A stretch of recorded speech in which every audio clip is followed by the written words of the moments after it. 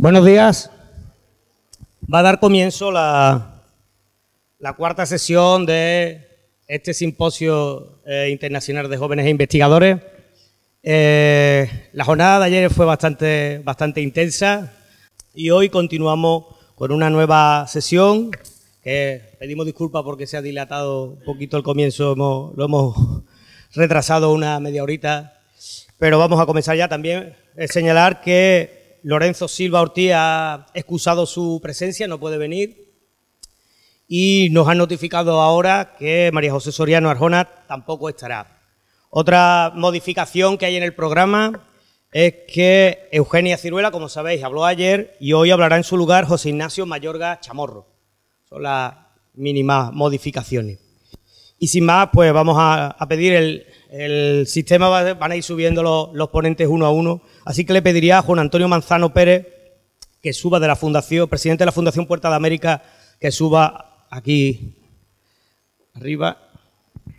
Pues Juan Antonio Manzano Pérez es presidente de la Fundación Puerta de América, que es una fundación creada en Sanlúcar de Barrameda, y esto explica el tema del que nos va a hablar.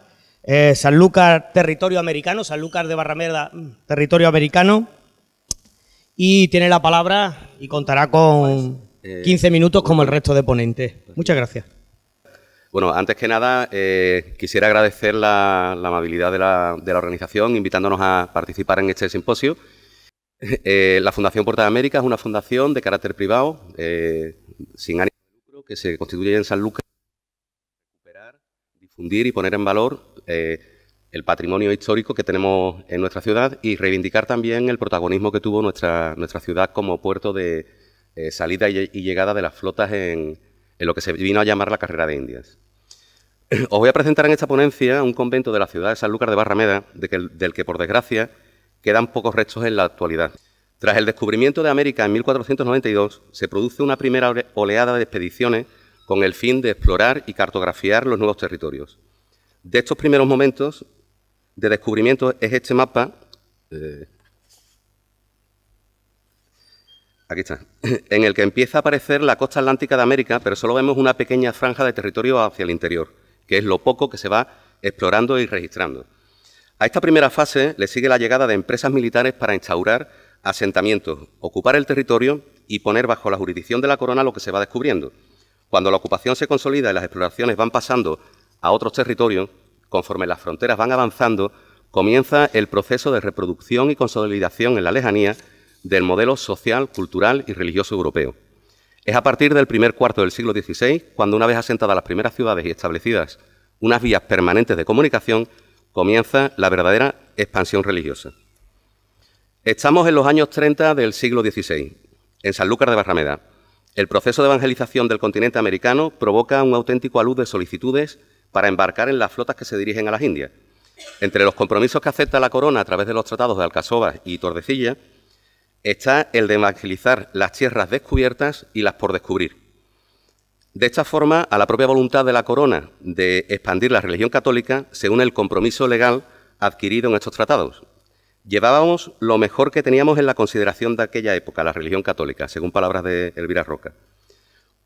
Un gran número de clérigos ven el viaje a América como una oportunidad de salvar armas y propiciar el crecimiento de la fe. Con ese afán evangelizador se establecen capítulos de las principales órdenes religiosas en las Indias, rivalizando con los propios capítulos peninsulares en número y motivación misionera. Los monjes más dinámicos, con mayor deseo de actuar como captadores de nuevos cristianos, ven con ilusión su traslado a las Indias, como una vía de escape de una iglesia que desde el final de la Reconquista ha pasado a un plano más contemplativo, al desaparecer el ansia evangelizadora que durante 8 siglos ha impulsado la conversión de muchos a la Iglesia católica. El traslado de las fronteras entre los reinos cristianos y los musulmanes era seguido por la implantación de nuevas iglesias y conventos que se encargaban de promover esa conversión, hasta que se acabaron las fronteras tras la caída del Reino de Granada. En estos primeros años del siglo XVI, Sanlúcar de Barrameda ya se había constituido como un puerto comercial de primer nivel en el Atlántico. Era la capital de los estados de la Casa de Medina Sidonia y contaba con aduana propia concedida a la Casa Ducal por parte del rey Alfonso de Ponce, único puerto de la Baja Andalucía que contaba con este privilegio, que explica en parte la situación socioeconómica de la villa. comerciantes alemanes, genoveses, bretones, ingleses, franceses y flamencos, han obtenido privilegios por parte de la Casa Ducal para fijar establecimientos permanentes y establecer rutas comerciales con nuestra ciudad. De este auge comercial se ve beneficiada la ciudad por el incremento de la actividad mercantil y la Casa Ducal que percibe impuestos por toda esa mercancía que llega o sale del puerto de Barrameda. Ya en estas fechas, Sanlúcar se ve convertido en una auténtica ciudad-convento, gracias a su puerto y a los patronazgos y fundaciones que los duques van realizando. Así, llegamos a tener simultáneamente conventos de dominicos, franciscanos, agustinos, capuchinos, mínimos, carmelitas, carmelitas descalzos, jerónimos, hospitalarios de San Juan de Dios, jesuitas, clérigos del Santo Espíritu, descalzos de San Francisco, clarisas, dominicas y carmelitas descalzas. Como podemos observar en esta imagen, el número de conventos asentados en la ciudad es desproporcionado y a él tenemos que añadir hasta 12 ermitas que había extramuros y las iglesias de Nuestra Señora de Lao, la de la Santísima Trinidad y la de San Jorge. Como es evidente, la densidad de establecimientos religiosos es enorme para una ciudad que en el padrón de vecinos de 1533 contaba con 5.080 habitantes. Y tiene dos vías de explicación. Por un lado, la voluntad de las órdenes religiosas de establecerse en el principal puerto de embarque a las Indias y, por otro lado, el potencial económico de la Casa Ducal que se podía permitir la fundación y el patrocinio de tantas órdenes. Este ánimo misionero llega a producir auténticos quebraderos de cabeza en la organización de las órdenes.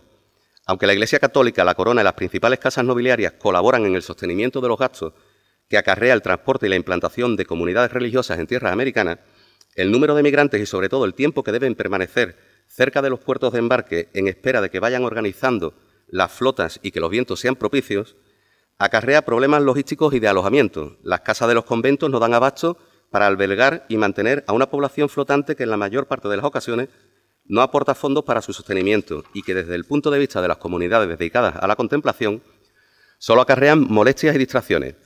Realmente los religiosos que esperaban su embarque eran considerados una carga para los residentes, pues aportaban escasos fondos y si lo hacían y ocupaban el poco espacio disponible.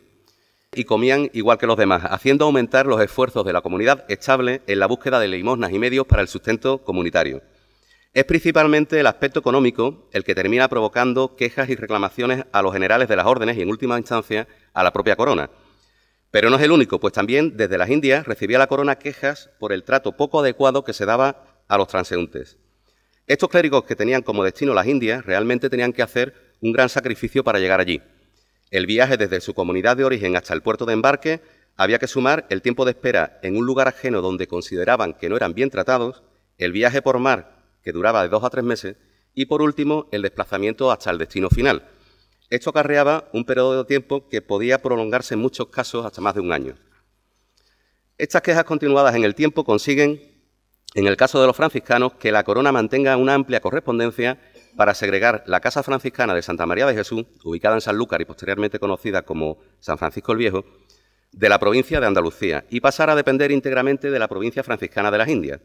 No hay precedentes de una intervención tan tajante de la corona española en asuntos internos a nivel organizativo de una orden religiosa, lo que nos da una idea fiel de la importancia que tenía este problema tanto para los religiosos como para el propio monarca.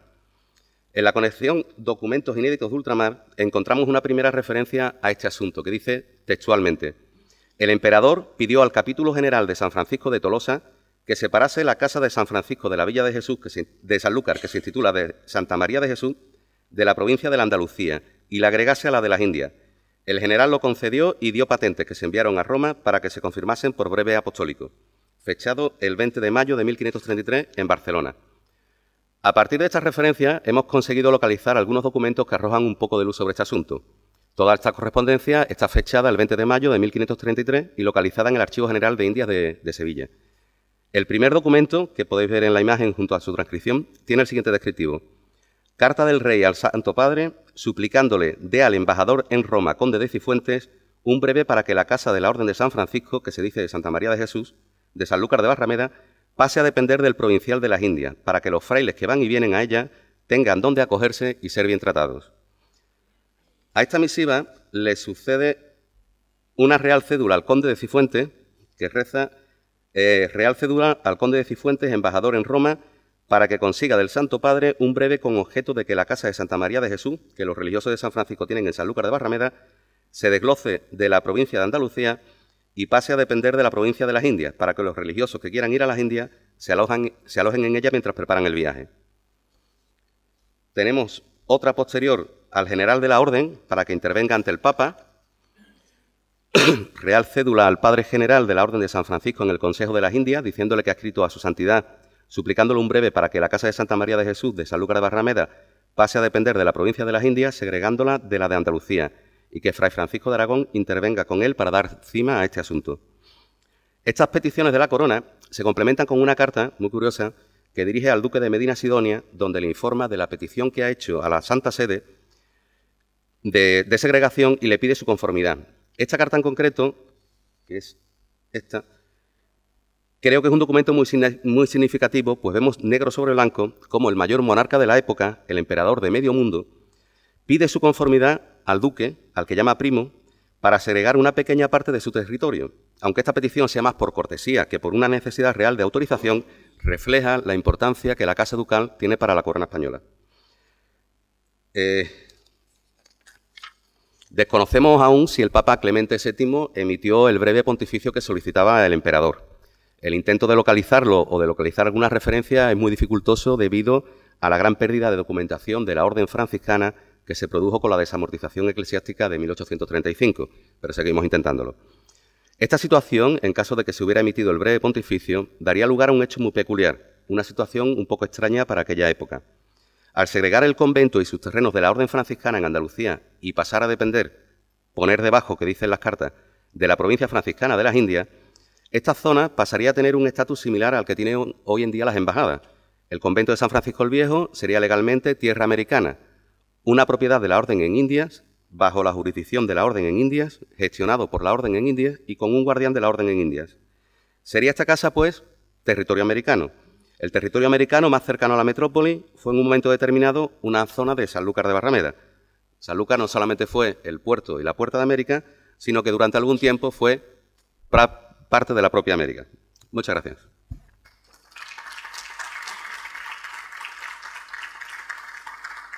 Buenos días y vamos a recibir de las interesantes ponencias de Juan Antonio Manzano Pérez a José César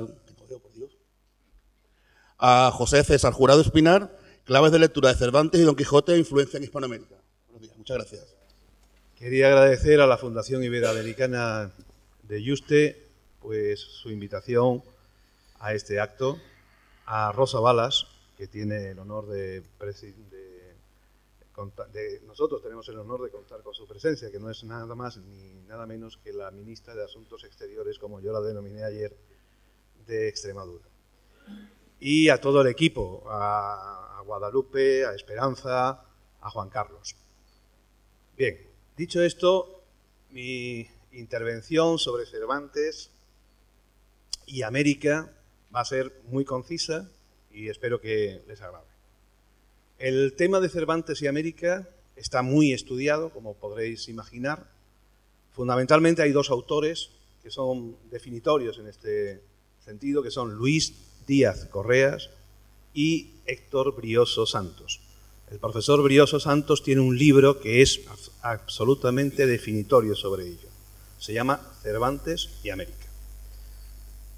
Cervantes tuvo la idea en 1582 de pedir una solicitud al Consejo de Indias para trasladarse a América, como muchísimos. El Consejo de Indias se la denegó. En 1590 vuelve otra vez a intentarlo y otra vez el Consejo de Indias, esta vez situado en Madrid, se la vuelve a denegar. Y ya no hay más rastros. Hay cervantistas norteamericanas como Mary Gaylord, como Judy Wilson, que dicen que hay muchas claves metafóricas del interés que tenía Cervantes por irse a América. Pero estas son divagaciones poco clarificadoras. Verdaderamente no tenemos nada. Hay muy poco sobre Cervantes y América. Pero quien sí viajó fue Don Quijote. Ese sí que viajó, y ese viajó desde el norte hasta el sur. Aprovechando los dos adjetivos, europea e iberoamericana, voy a hacer un recorrido para que veáis por dónde transcurrió la obra de Cervantes. Los primeros son los ingleses. Thomas Shilton hace la primera traducción en 1612 del texto cervantino. Y Shakespeare compone una obra de teatro basada en el capítulo 30 de la primera parte del Quijote, en un personaje concreto que se llamaba Cardenio. O sea que Shakespeare lee la primera parte y le dedica una obra de teatro que desgraciadamente se quemó en uno de los incendios que hubo en la biblioteca de Londres. Después, posteriormente, John Bowles, en Inglaterra, prepara la primera edición crítica en 1781 que tenemos del Quijote. Henry Fielding, que era el presidente del Tribunal Supremo, en 1742 compone una novela que se llama Joseph Andrews, al modo de Cervantes, y una obra de teatro que se llamaba exactamente Don Quijote en Inglaterra. Charles Dickens hace los Pickwick Papers, que es una obra basada en el estructuralismo, en la diégesis de la novela de Cervantes. Por tanto, es Inglaterra la primera que acoge el texto. Francia, voy a citar dos autores. Flaubert dice, el modelo a imitar a la hora de narrar está en España, y es el Quijote de Cervantes. Y Víctor Hugo dice una cosa preciosa. Desde que yo leyera a Don Quijote, abandoné para siempre a la Beatriz de Dante y me enamoré para siempre de la Dulcinea de Cervantes. Claro, era mucho más personaje Dulcinea, la creación de Dulcinea, que la de Dante. Foscolo, Manzoni, Pirandello, el autor italiano, escribía 6 personajes en busca de un autor. Esos 6 personajes en busca de un autor están basados en la creatividad que establece Cervantes. Cervantes es un modelo de creatividad, de originalidad. Crea primero a un personaje que es Alonso Quijano. Alonso Quijano, a su vez, se inventa a Cide Hamete Benengeli, que era, hay 2 traducciones posibles, el berenjena rellena o el hijo del Evangelio, ¿no? Benengeli. Cide Hamete Benengeli se inventa a Don Quijote. Don Quijote se inventa a Dulcinea y todo. Y hay autores que sobrevuelan la obra también de una manera verdaderamente colosal, ¿no? Apariciones anónimas, de autores anónimos. Es algo sorprendente. Luigi Pirandello le dedica un homenaje en esos 6 personajes en busca de un autor. Por señalar también, en Alemania, Heine, el gran poeta judío, pues también establece lo que se llamó y que se va a llamar posteriormente la sacrosanta ironía de Cervantes. La ironía es un artilugio creativo, narrativo y literario verdaderamente prodigioso. Y se va a establecer también en Alemania la dicotomía hermenéutica. Por una parte está el materialismo de Sancho Panza, eso lo establecen 2 investigadores, Schelling y Schlegel. Los 2 establecen esa dicotomía. Por una parte el idealismo y por otra parte el materialismo, que va a acompañar a toda la interpretación hermenéutica ya del siglo XX. En Iberoamérica, Don Quijote viaja y llega a todos los escritores. Llega a Juan José Arreola, el mexicano, que escribe La lengua de Cervantes y escribe, luego me referiré por qué se llama La lengua de Cervantes, y Teoría sobre Dulcinea. Eso es una obra capital para entender el personaje de Dulcinea. Borges escribirá Pierre Menard, el verdadero autor del Quijote. Juan Montalvo, el escritor ecuatoriano, escribió una obra que se llama los capítulos que no escribió Cervantes.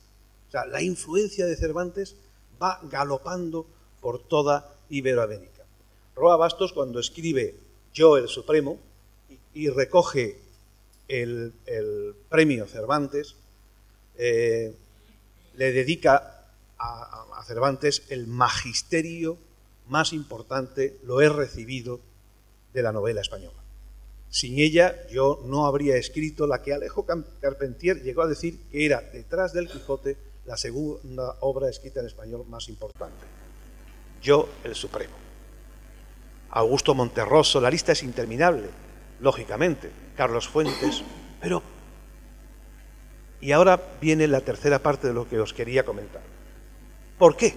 ¿Dónde están las claves para que toda esta galería de autores tengan el Quijote como la fontana, como la fuente de iniciación? Voy a daros 4. Una, el capítulo 6. En el capítulo 6 se produce la primera crítica de libros de la historia de la humanidad. La primera crítica de libros de la historia de la humanidad. Como sabéis, aquí la sobrina y el ama de llaves deciden por su cuenta, dicen, vamos a abrir las ventanas, vamos a arrojar los libros al patio, prendámosles a todos fuegos porque han sido los dañadores de la locura de Alonso Quijano, y el fuego a las siguientes generaciones no ofenderá. Es una idea curiosa.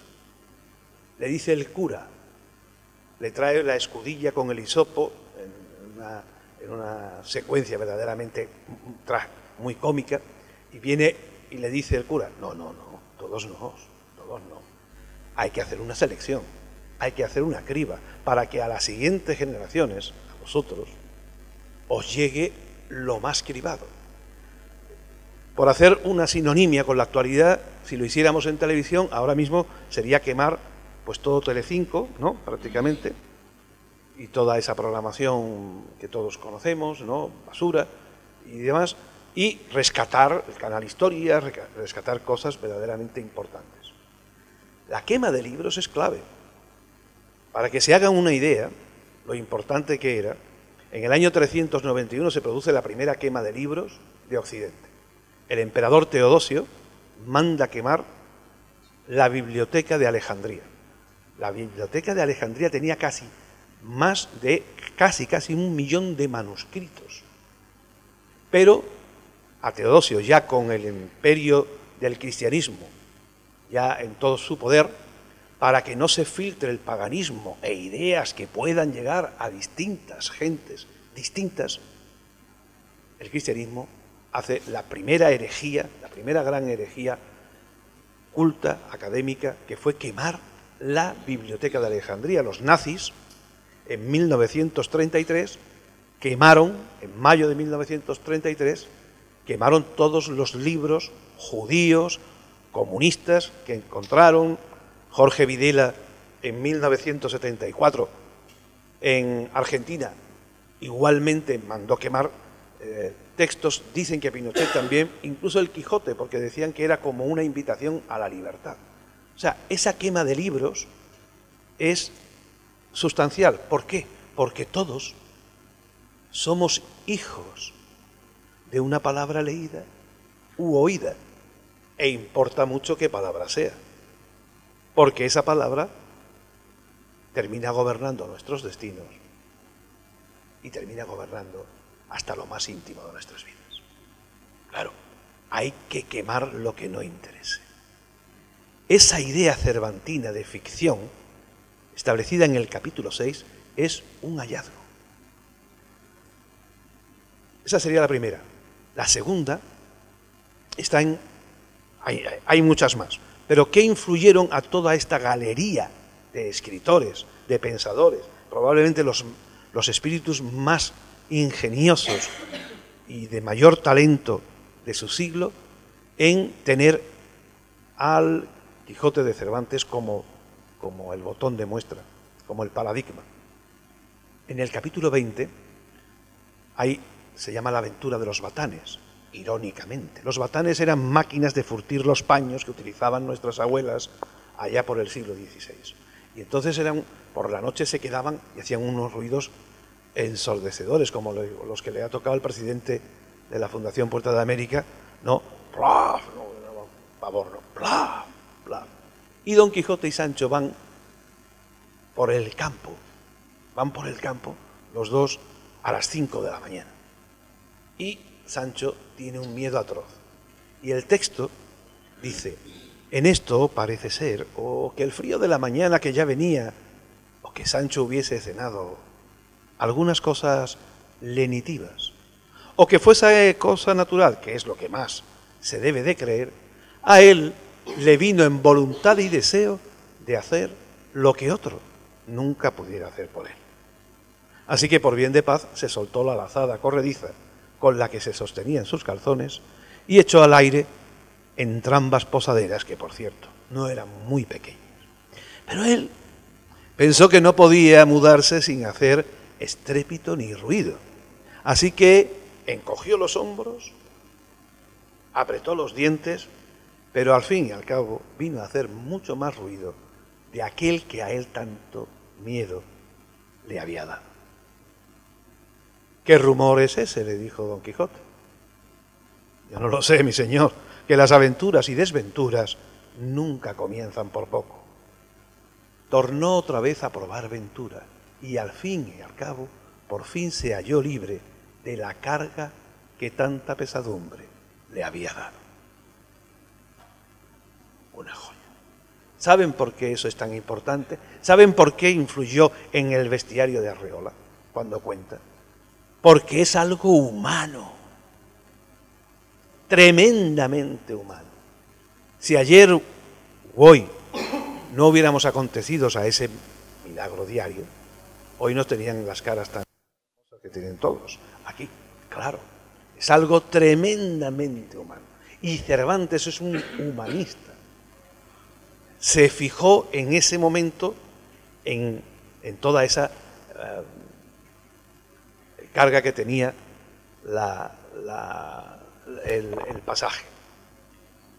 Miren, de las 11.820 entradas que el Diccionario de Autoridades en 1713 hace de la A y la B, 854 citas están recogidas del Quijote. 854. En la primera gramática que se escribe, el diccionario de la Real Academia de la Lengua, en 1931 se hace el primer diccionario de coordinación y subordinación que tantos dolores de cabeza le habrá causado a algunos de ustedes. Esa coordinación y subordinación, de todos los ejemplos, 376 están recogidos del Quijote.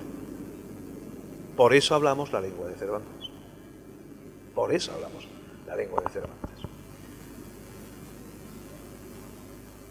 Me voy a referir, como comprenderán, hay muchas más cosas, ¿no? Una es que ese texto que os acabo yo de decir le habrá sonado a alguno como una especie de musicalidad. Es un poema sinfónico del lenguaje del español. Bueno, iba a decir otra cosa, me están robando que me vaya. Ya voy a decir lo último. Miren, en el 31-32 de la segunda parte es otra pieza de la obra maestra. Cuando lo recoge Pierre Menard, autor del Quijote, es por algo, dice Borges, ¿no? Está basado aquí. Le dice el duque a Don Quijote: hombre, deje usted de hacer el tonto. No hago esto del tonto. Márchese a su aldea, a su pueblo, váyase usted, cuide de sus niños. Y no ve que se ríen de todos. León Felipe escribiría El payaso de las bofetadas posteriormente. Y él se queda ahí y dice, En el 31 termina con un suspense y dice Cervantes, o el autor que cierra el capítulo. Es una técnica narrativa de suspense. Dice, como ustedes comprenderán, ante tal acusación, la respuesta de Don Quijote merecía capítulo aparte. Y en la respuesta le dice, y con esto termino, una cosa absolutamente maravillosa. En esto, mire usted, solamente el sitio en el que estoy, el lugar donde me hallo y el respeto que por historia le debo a vuestro estado, me tienen infundado el ánimo y atadas injustamente las manos. Pero aún así me voy a defender con las armas de las mujeres y los togados. Con las armas de las mujeres y los togados. Hay algunos hombres que llevan el camino de la soberbia encanallada por la vida. Han elegido otros la adulación servil y baja y otros la hipocresía. Pero yo, inclinado de mi estrella, he optado por vagar por el mundo sin esperar recompensa alguna de ella, sino las muchas asperezas que tiene. Y mire usted, he sido, soy y seré un enamorado sin causa, y no de los viciosos placeres de la carne, sino de sus platónicos continentes.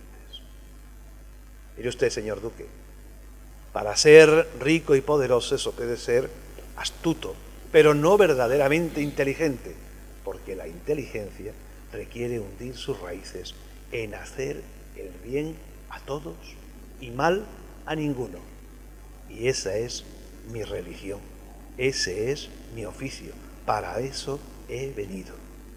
Esto es la clave de la ética y entronca con los mejores escenarios de la literatura universal. Capítulo 5 de Sófocles, cuando Edipo mata a su madre para yacer con su... mata a su padre para yacer con su madre. Al 8 de San Mateo, o del que escribiera San Mateo, la Magdalena de Proust, y perdónenme por haber abusado de su tiempo. Muchísimas gracias. Disculpe, tenía que cortarle su discurso, pero... Muchas gracias, César. Ha sido interesantísimo volver a recordar estos capítulos del Quijote. Y ahora me gustaría presentaros a... ¿Dónde estás? José Ignacio Mayorga Chamorro. Viene de la Universidad de Málaga y nos va a hablar de un lienzo de Guadalupe. De Tepeyac a las... que no veo. Estudio de un lienzo novohispano de la Virgen de Guadalupe de México, donado al Santuario Extremeño. Muchas gracias. Gracias a ti y gracias a la organización de este evento por permitirme estar esta estupenda mañana con vosotros. En la nave de la epístola de la Basílica de Guadalupe pude observar un lienzo que en la visita anterior no estaba, y es este que vemos en pantalla de la Virgen de Guadalupe de México. Aquí más tarde la podremos ver. Este cuadro es importante cuando en realidad copias de la Virgen de Guadalupe de México existen muchas y en muchos lugares. Pues para mí tenía un significado especial por el autor de la misma. Como se puede ver en la firma, es obra de Pedro López Calderón, un pintor novohispano muy poco conocido y muy poco tratado hasta la fecha, al que yo he dedicado mi tesis doctoral en la recopilación y el estudio de toda su obra. Y no solo era importante porque podía sumar una entrada más al catálogo de la obra de este pintor, que ya tenía un repertorio de vírgenes de Guadalupe de por sí extenso, sino que además aportaba algún dato bastante importante para mi tesis doctoral. Tanto es así que llegó a cambiar el propio título de la misma, y concretamente un detalle que hace referencia a la cronología en la que se establece su trayectoria de producción. Como he dicho, de Pedro López Calderón existían muy pocos datos biográficos, no sabemos bien ni cuándo nace ni cuándo muere, pero siempre va a trabajar en el Virreinato de la Nueva España, primero en Oaxaca, luego en Ciudad de México. Y en todo caso, yo había conseguido reunir constancia documental y obra firmada hasta 1733. en los que se cerraban pues más de 50 años de trayectoria profesional, que para la época fue muchísimo. Sin embargo, este cuadro está fechado en 1734, por lo que se alargaba un año más la producción de este pintor y quizá también su vida. La firma responde plenamente a Pedro López Calderón, es una firma autógrafa y muchos de los rasgos de la obra también, por lo que no cabe duda en que se trate de una obra suya. También tenemos que tener en cuenta que precisamente Pedro López Calderón produce un cierto número de copias de la Virgen de Guadalupe de México para su exportación a la España peninsular, mientras que en México va a trabajar otro tipo de temas siempre religiosos. Y esto pues es significativo, como podemos ver en el mapa, que la mayoría de estas copias pues se encontrara en Sevilla y su provincia, pues debido a la importancia y a la evidente conexión del otrora puerto de Indias con el territorio americano, desde donde se está importando y arraiga con fuerza también esta devoción de origen novohispano. Las vírgenes de Guadalupe que existían en Sevilla sí se conocían y habían sido estudiadas por dos grandes estudiosos que se han dedicado a analizar a conciencia el tema. Primero Joaquín González y mucho más recientemente y muy a fondo Francisco Montes. Establecen algunas notas leves sobre Pedro López Calderón y lo contrastan con el otro gran pintor de guadalupanas de su época, Antonio de Torres. Si podemos contrastar estos dos cuadros de ambos pintores, observamos cómo pues, existen ciertos paralelismos formales entre las obras en cuanto al dibujo, el color, etcétera, pero también pues, existen algunas diferencias evidentes que volvemos a encontrar en la obra que ahora se exhibe en el santuario de esta localidad. Pedro López Calderón siempre va a realizar cartelas ovaladas exageradamente sobredimensionadas. Tienen una dimensión mucho más grande que el resto de cartelas que suelen aparecer en las esquinas de algunas copias de la Virgen de Guadalupe de México para retratarnos las distintas apariciones de la Virgen al indio Juan Diego para indicarle que comunicara al obispo su interés por la fundación del santuario del Tepeyac y después pues, la prodigiosa y milagrosa aparición sobre la tilma de esta indígena que procuró definitivamente pues, la erección de dicho templo, como se puede ver un poco en algunos detalles de la obra donde vemos dichas cartelas pues, bien conocidas. También podemos atender a la parte formal y material de la propia obra. Se trata de una obra de un formato considerable, bastante monumental, equiparable al original y que cuenta con un rico marco de época que nos habla de una obra pues, que tiene pues, a un presupuesto elevado de ejecución detrás. Esto es una característica que comparte esta obra con otras de Pedro López Calderón, que normalmente además son las que presentan más ricos acabados en cuanto a detalles florales y otro tipo de elementos iconográficos que a veces acompañan sus vírgenes de Guadalupe. Y este tipo de obras son las que más frecuentemente aparecen en las colecciones conventuales, mientras que otras más pequeñas y de menor formato son las que se traían muchos de esos viajeros que regresaban de Nueva España con pequeñas láminas de cobre o pequeños lienzos de la Virgen de Guadalupe también, pero entendido más como un objeto devocional de menor formato y más fácil transporte. En todo caso, de un modo u otro, estas obras no dejan de llegar, como es bien conocido, particularmente a Sevilla, y desde ahí se distribuyen en mucha menor medida, pero también por distintas partes del territorio peninsular. Y lamentablemente no hemos conseguido averiguar hasta la fecha cuándo ni cómo llega esta Virgen de Guadalupe de México a la península. Lo que sí sabemos es cuándo llega a este santuario de Guadalupe, y es en fecha muy reciente. En el año 2017, don José María Pérez de Rasti, dentro de una política que está desarrollando en la que invierte parte de su patrimonio personal en dotar y enriquecer y restaurar el patrimonio de la Iglesia extremeña, particularmente de Trujillo, pues adquiere esta pieza en el mercado y la dona al santuario extremeño, considerando que debe haber un importante lienzo de la Virgen de Guadalupe mexicana en el santuario de la Virgen de Guadalupe de Extremadura. Pues todos sabemos Este personaje pertenece a la familia del marqués de la Conquista, todos conocemos pues, su monumental palacio en Trujillo, y al primer poseedor del título, Francisco Pizarro, y de ahí cabría pensar que la obra podía venir del patrimonio familiar, pues debido a la conexión tan importante de esta familia con América. Sin embargo, pues no es así. Como hemos dicho, procede de una compra en el mercado. En este punto tenemos que tener en cuenta cómo precisamente esta devoción de Guadalupe llega a América y allí se transforma. Es evidente que la devoción, como en tantos casos, pues llega a través de los propios devotos, de tantos extremeños que participaron de la conquista y evangelización de América. Y curiosamente se sabe que la devoción guadalupana arraiga en el cerro del Tepeyac en los años inmediatamente posteriores a la conquista de Tenochtitlan, en un proceso de sustitución de un importante santuario de peregrinación a Tonantzin, la diosa madre de la cultura azteca, que se sustituye en un proceso pues muy repetido por una divinidad equivalente en el culto cristiano, pues que no podía ser otra que nuestra Virgen, nuestra Madre, María.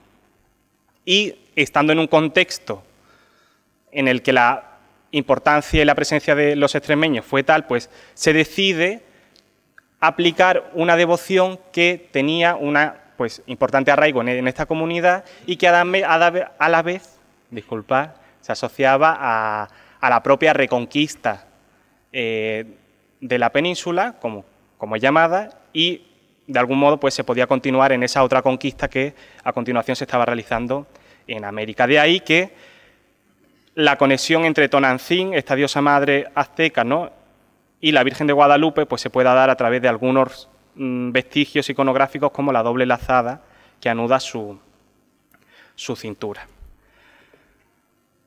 Los antecedentes iconográficos también han sido muy estudiados y es un tema complejo que no tiene aquí cabida detallarme en ello, pero también tenemos que volver a destacar otro detalle, y es que aquí en el santuario extremeño se encuentra uno de los más importantes. Está en el coro alto, y normalmente no es fácil entrar a verlo, así que si tenemos suerte luego podemos insistir en la visita que nos dejen pasar. La última vez lo conseguimos y podéis ver que en el coro está esta talla, que como se ve pues es obviamente un antecedente directo de la Virgen de Guadalupe de México. Concluyendo, con la donación y sobre todo con la puesta a culto en la propia Basílica de la Virgen Extremeña de este lienzo de la Virgen de Guadalupe de México, se establece un viaje de ida y vuelta. Ese lazo que partió de las Villuercas al Tepeyac y que ahora regresa del Tepeyac a las Villuercas con este gesto que lo que viene es a remarcar pues ese estrecho lazo que durante tantos siglos ha conectado las dos orillas del Atlántico con el culto y la devoción a la Virgen de Guadalupe. No con la misma forma, pero sí con el mismo sentir hacia esa imagen que, como tantas otras, recibe distintos nombres y distintas formas, pero no deja de hermanar una vez más a nuestras dos regiones. Así que con esto concluyo. Muchas gracias.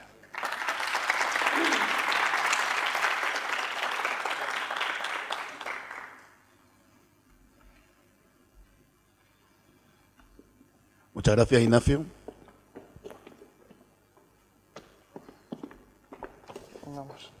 Y ahora os presento a Carlos Moreno Amador, la lucha por el poder en Tabasco, en el contexto a la independencia mexicana, 1819-1821.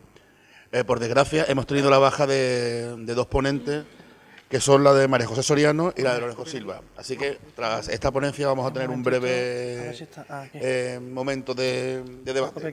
Gracias. Bueno, buenos días a todos y todas.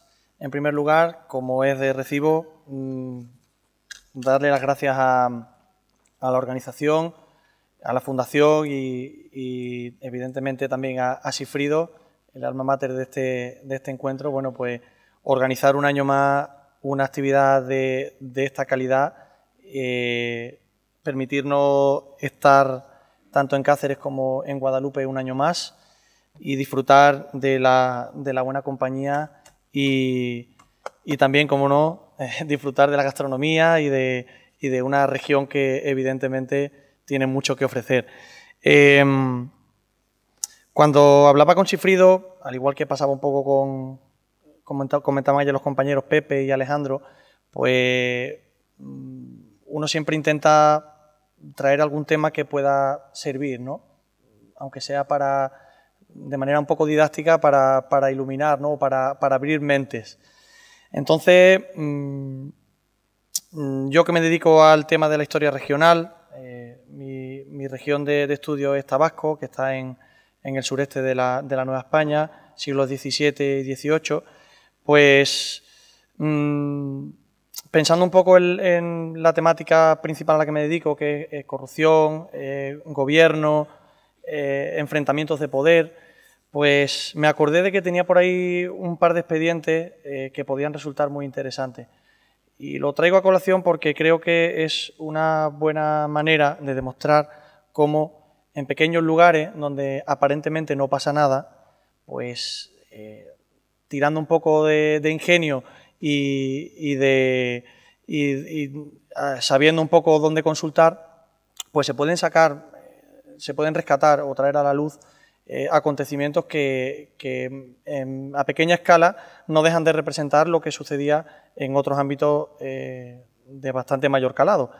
Entonces, pues de ahí el título de mi ponencia, que como podéis leer ahí, es la lucha por el poder en Tabasco en el contexto de la independencia mexicana entre 1819 y 1821.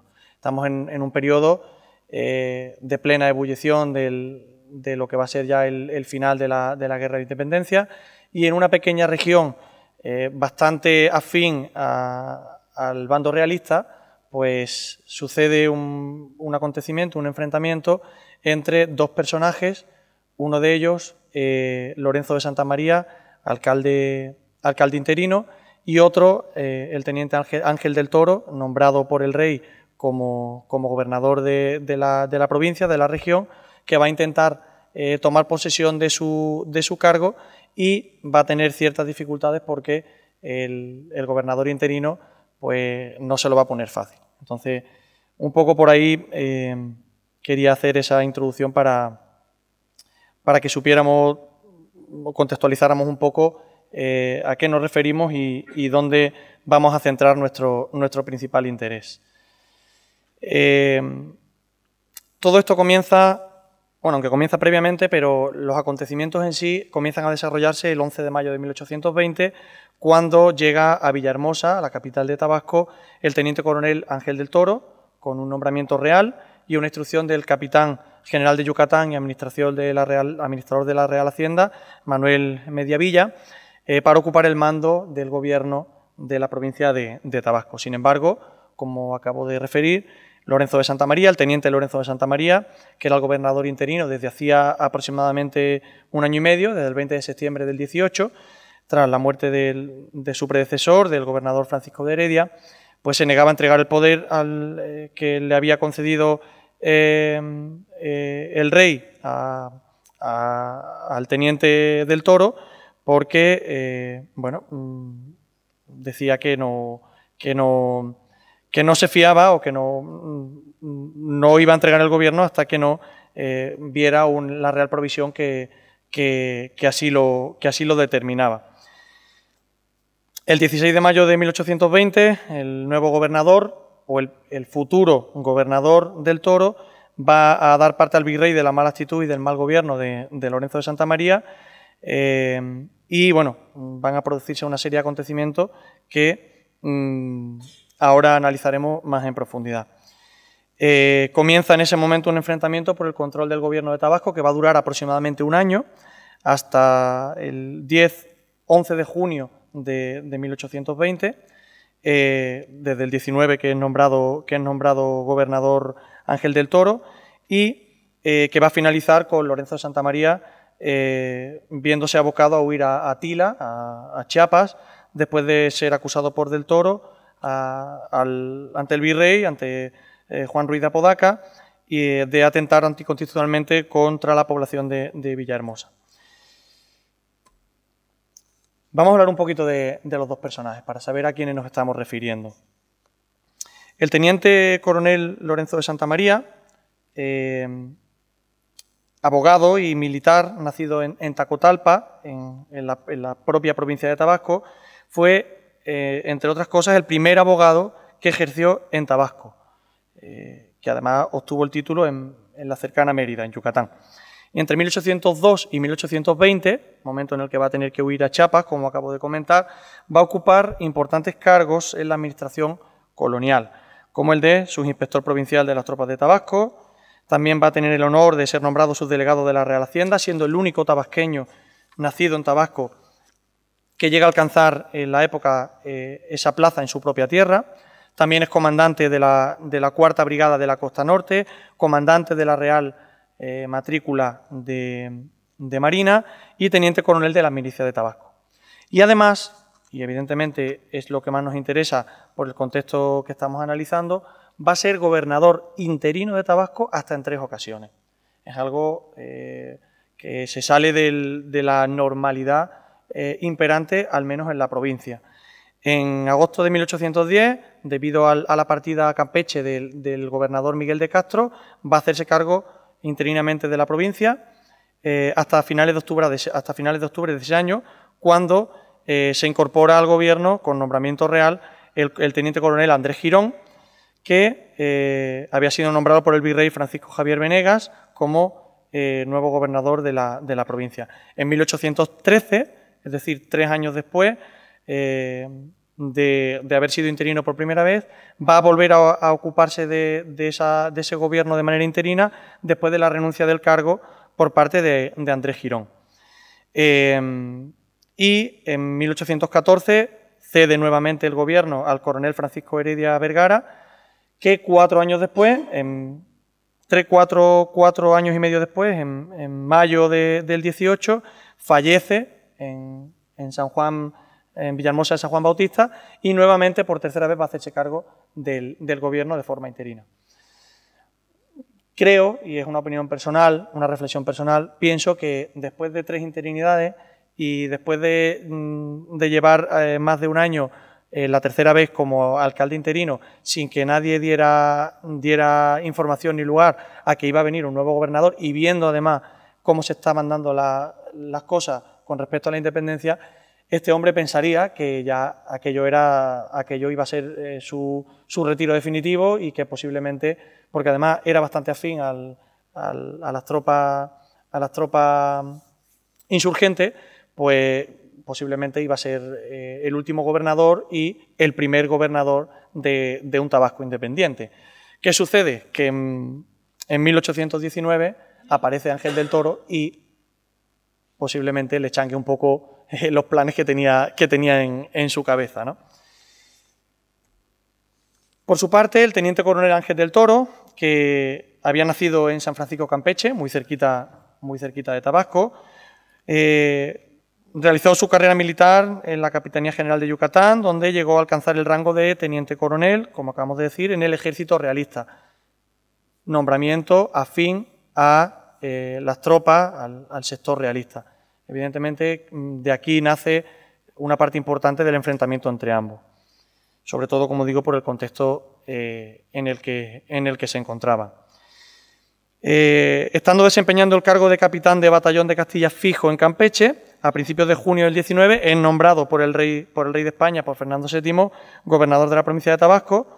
Es un cargo que va a desempeñar desde el 11 de mayo, que por fin toma posesión en 1820, hasta el 6 de septiembre del 21, apenas un año, momento en el que se ve obligado a huir de la capital por la entrada de las fuerzas del general Juan Nepomuceno Fernández Mantecón, y todo lo que supuso después del Plan Iguala y de la entrada de las tropas insurgentes en Tabasco, convirtiéndose además en el último gobernador, ahora sí, del periodo colonial.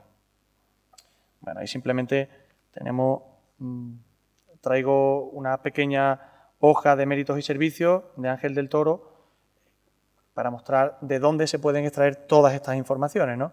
Y además están bastante accesibles, porque la mayoría de las hojas de méritos y servicios de gobernadores, alcaldes mayores, corregidores, capitanes, casi cualquier cargo y oficio público de las Indias se puede encontrar en el Archivo General de India y muchos de ellos están digitalizados, con lo cual es muy fácil acceder a ellos. Y con esto podemos hacer un pequeño bosquejo de la trayectoria de todos estos personajes. Voy a ir rápido porque Alejandro me ha sacado ya la mano de los 5 minutos, así que bueno, vamos a ir acelerando. Vamos a entrar en materia, que es un conflicto que, bueno, desgraciadamente, para explicarlo con tranquilidad y verlo de manera pormenorizada, podríamos estar aquí un par de horas, porque tiene mucha enjundia, tiene mucha chicha, pero evidentemente no tenemos tiempo. Veo mucho movimiento negativo de cabeza. Pero por ir resumiendo y hacer un poco acopio de una transición cronológica un planteamiento cronológico de los sucesos. El 5 de octubre, bueno, el 16 de septiembre del 19, un poco antes, Ángel del Toro escribía desde Campeche un oficio al virrey notificándole que no iba a poder presentarse en la capital tabasqueña para prestar juramento para el cargo porque alegaba que había una importante amenaza que suponía la presencia de piratas cercanos al puerto de Campeche. Precisamente ya el año pasado presenté aquí también una comunicación sobre el peligro y las complicaciones que supuso la presencia de los piratas, de corsarios, filibusteros, en la zona de la Laguna de Término, Campeche, Tabasco, Yucatán, etcétera, etcétera. Pues todavía, aunque fueron expulsados de la Laguna de Término, todavía un siglo después seguían con los problemas de los piratas, los famosos piratas del Caribe, y en este caso del Golfo de México. Bueno, pues solicitaba incorporarse más tarde a tomar posesión, y aunque el 5 de octubre, eso sí, un poco después, escribía al Ayuntamiento de Villahermosa informando de que había sido nombrado gobernador y que en los próximos meses pasaría por allí para tomar posesión. No es hasta el 3 de mayo de 1820 cuando el Ayuntamiento de Villahermosa da cuenta de otro oficio enviado por parte del Toro desde Mérida, envía varios informando de su llegada, no recibe respuesta hasta casi 6 meses después, solicitando que, ante los cambios que habían sucedido en la metrópoli, recordamos el inicio del trienio liberal, 1820, la necesidad de jurar nuevamente la Constitución de la Pepa de 1812 y el reconocimiento por parte de las instituciones del Ayuntamiento de la Constitución, paso previo a su llegada. Santa María se muestra disconforme, no quiere jurar la Constitución, ya he dicho que tenía tendencia afín al bando insurgente, y el 6 de mayo de 1820 se niega a entregar el mando del gobierno hasta no tener una orden expresa del rey.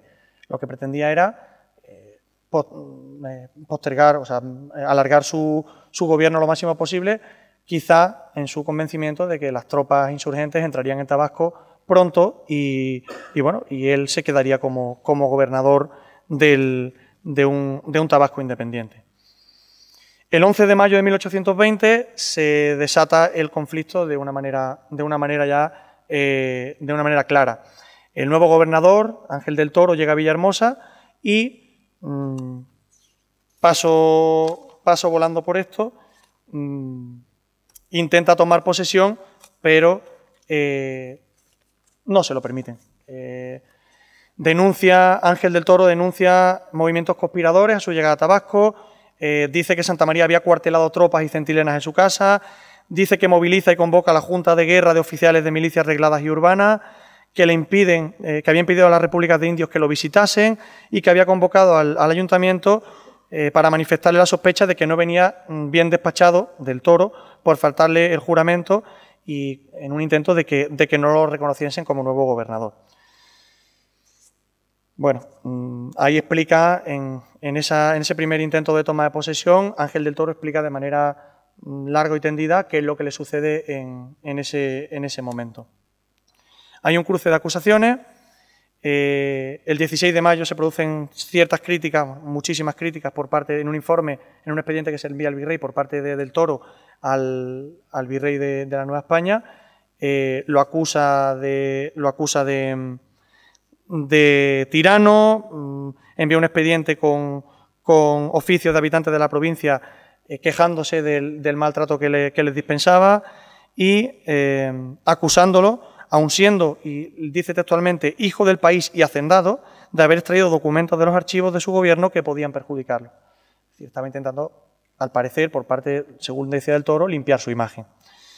Entre el 24 y el 26 se presenta un documento judicial en el que se refleja una condena que había recibido Santa María por el delito de baratería, no hacer justicia, sino por precio, según recoge el diccionario razonado de la legislación y jurisprudencia.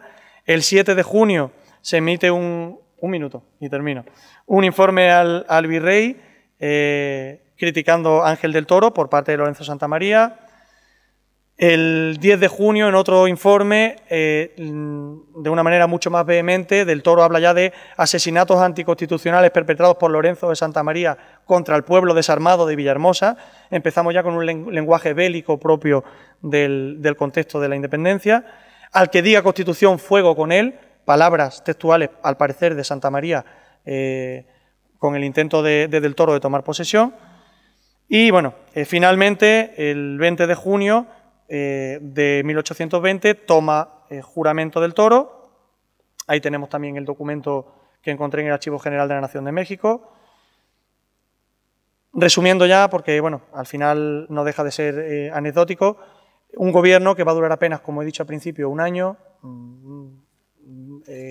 una fuerte oposición, llegan noticias de Guerrero, el levantamiento de Iturbide, la proclamación del Plan Iguala en febrero.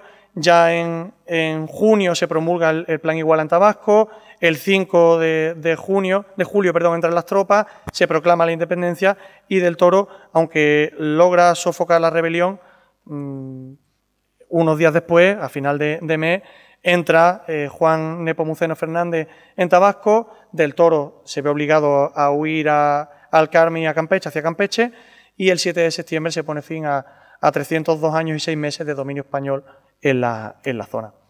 Bueno, esto es simplemente un pequeño detalle que encontré también por ahí, en las banderas de las compañías militares independentistas que portaban en Tabasco el bando insurgente en el 21, y la bandera con la que se juró el imperio de Iturbide en Villahermosa el 10 de junio del 22, que se conserva todavía en el Ayuntamiento Constitucional de Villahermosa y que le tomé una foto porque me pareció algo también interesante para finalizar la presentación. Así que bueno, muchas gracias y si tenéis alguna duda, pues ahora hablamos.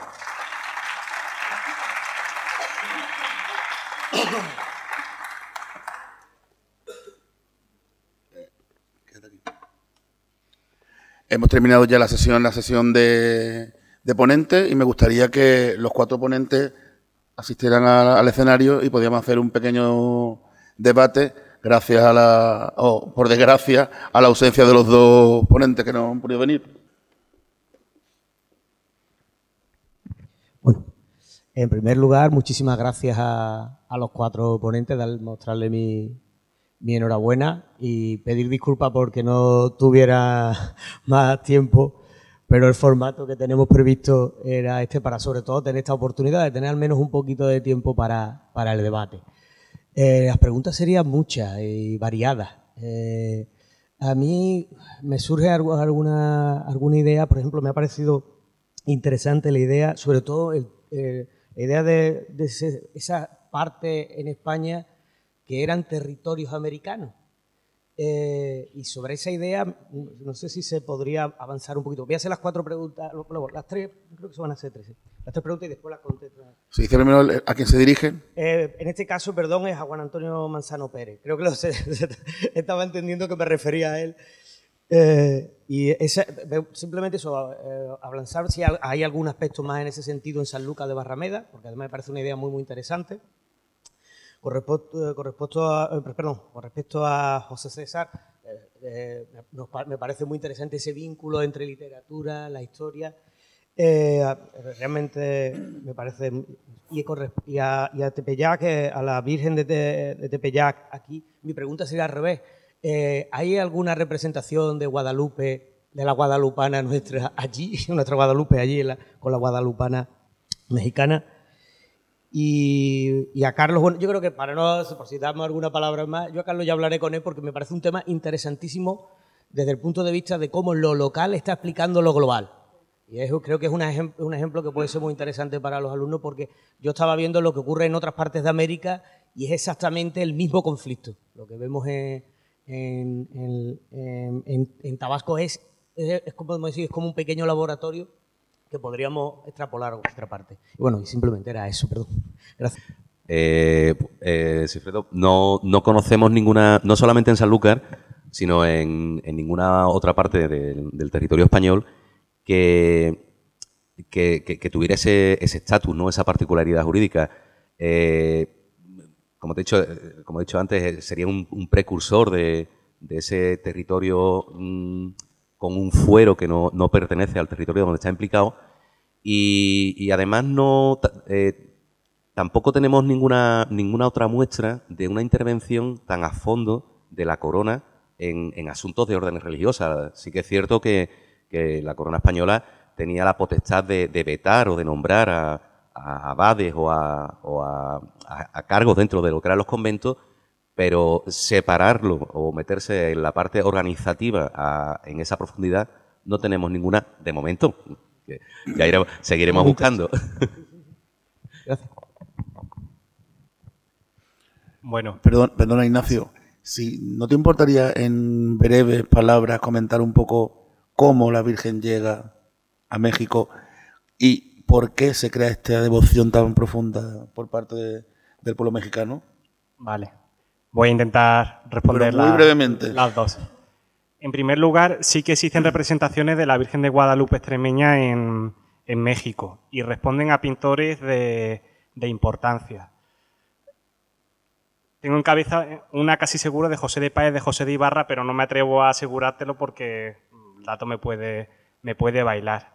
¿A qué responde esto? Pues precisamente al empeño de muchos extremeños en reconocer la devoción guadalupana original, que es la extremeña en este territorio. Y precisamente porque existía cierto recelo de parte de la casa extremeña respecto a esta advocación, sobre todo cuando va cogiendo la dimensión y la importancia que finalmente termina por cobrar la Guadalupe de México. De hecho, la Orden Jerónima, que son los que primero están a cargo del santuario, piden que se le quite la advocación de Guadalupe a la mexicana, porque no hay una conexión directa, no es sufragaria de la extremeña y no lo ven oportuno. Pero mi pregunta era más concretamente si hay una representación de la Virgen de aquí, allí en el santuario. En el santuario. Eso era mi pregunta concreta. Creo que en el Museo de la Basílica sí. En el santuario solo está exclusivamente la Virgen de Guadalupe. Es un santuario muy moderno en el que solamente no hay ninguna otra imagen. Bueno, en la capilla del Santísimo hay alguna del Señor, pero no es las peculiaridades del santuario moderno, que son muchas también, pues solamente está la Virgen de Guadalupe original. En el Museo de la Basílica creo que hay alguna, porque además se explica precisamente la llegada de la devoción a este enclave en particular, que bueno, resumiendo muy levemente, como hemos dicho, la devoción viaja a través de los propios devotos extremeños en un proceso que es muy común, ¿no? Estas transferencias iconográficas por el Atlántico a través de todas las personas que lo cruzan.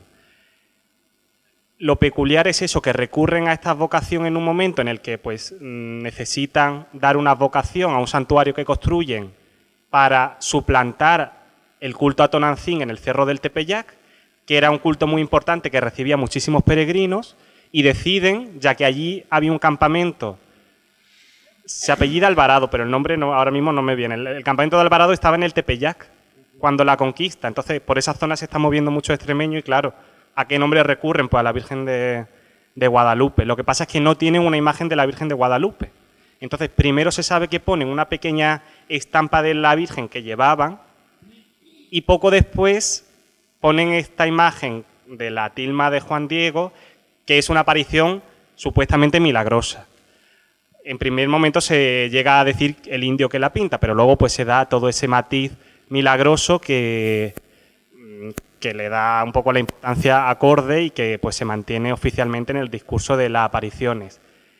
Juan Diego era un indio que iba a catequesis una mañana por el cerro del Tepeyac, se dice que era pastor, y se le aparece la Virgen, le dice, yo quiero que aquí me construyas un santuario. Esto es un fenómeno común a muchísimas apariciones de la Virgen y a muchísimos santuarios de este tipo en todo el mundo. Juan Diego va al obispo y como es un indígena no le cree y le da largas. Otro día iba a ver a su tío que estaba enfermo en otro lugar y los ángeles, de repente, aparece una bruma y los ángeles le llevan de nuevo al Tepeyac y se le vuelve a aparecer la Virgen. Le dicen, oye, que no me has hecho caso y aquí sigo yo sin mi santuario. Juan Diego vuelve a ver al obispo que le dice que le traiga pruebas, evidencias de que eso es así, ¿no? De que la Virgen verdaderamente se le aparece. Otra vez que pasa Juan Diego por el Tepeyac, ya se le aparece la Virgen y le dice, mira, es que el obispo no me cree. Le dice la Virgen, recoge las rosas que están creciendo en este lugar, en un lugar donde cantaban una serie de pájaros muy particulares, y florecían las rosas cuando allí no había, entonces eran unas rosas milagrosas también, las recoge en su ayate, en su tilma, que es una especie de manto hecho de fibra de maguey, y, digamos, la recoge en el regazo. Cuando llega al obispo, abre el manto para enseñar las flores y allí se aparece la impronta de la imagen de Guadalupe como una estampa milagrosa, no producida por obra humana. Entonces, esa, en teoría, la Virgen de Guadalupe es una impresión milagrosa en el manto de este indígena, luego ya, según el relato. Esa es la historia de la aparición. Luego han hecho muchas inspecciones para demostrar que eso es así, la han llevado a la NASA para demostrar que eso es así. Sí. Y la NASA dice, más o menos le ha querido decir que puede ser. Pero bueno, claro, ya ahí se mete una sensibilidad muy profunda hacia este tema. Pero el caso es que responde a un tipo iconográfico con una evolución clara en Europa, que es una obra que, aunque dicen que no tiene pinceladas y que no es de mano humana, pues hay muchos otros indicadores que obviamente parecen mostrar que sí. Pero bueno, en cualquier caso, ponen esta imagen y funciona muy bien. Y el santuario sigue teniendo muchísima afluencia de devotos indígenas, que son donde esta devoción tiene más fuerza, que la llaman, vamos a peregrinar a Tonantzin. Siguen llamando a la Virgen de Guadalupe Nuestra Señora Tonantzin de Guadalupe. No, simplemente se ha cambiado la imagen de Tonantzin por esta Virgen de Guadalupe, con el nombre de la extremeña, pero una imagen distinta, que además se ajustaba muy bien a su cosmogonía, ¿no? Con las estrellas, los rayos del sol. Funcionaba muy bien y funcionó muy bien, está claro. Sí, un claro sincretismo. La condición histórica hace que efectivamente Cervantes, en ese periodo, si realmente él hubiera tenido una resolución positiva por parte del Consejo de Indias, pues no hubiera viajado hubiera viajado a México, y entonces probablemente el Quijote no tendría cabida, y él hubiera pasado como un gran autor, como un buen autor, pero no como uno de los genios más grandes que ha dado la historia de la cultura universal, ¿no?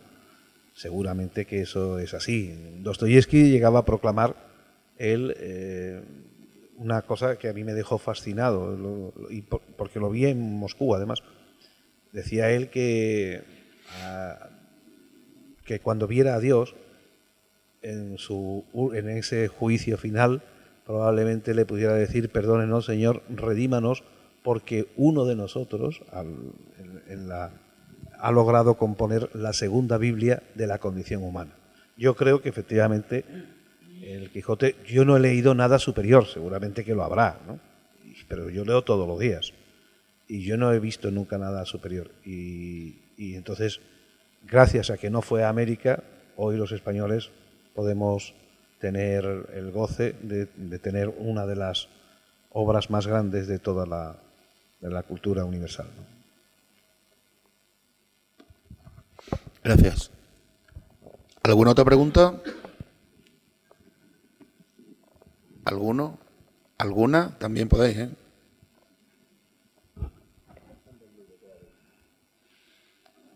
Bueno, pues entonces damos por finalizada esta sesión. ¿Hay uno por ahí? No. Pues entonces damos por finalizada la sesión. Tenemos ahora un receso para tomar un café y volvemos con la siguiente y última mesa de del simposio. Muchas gracias.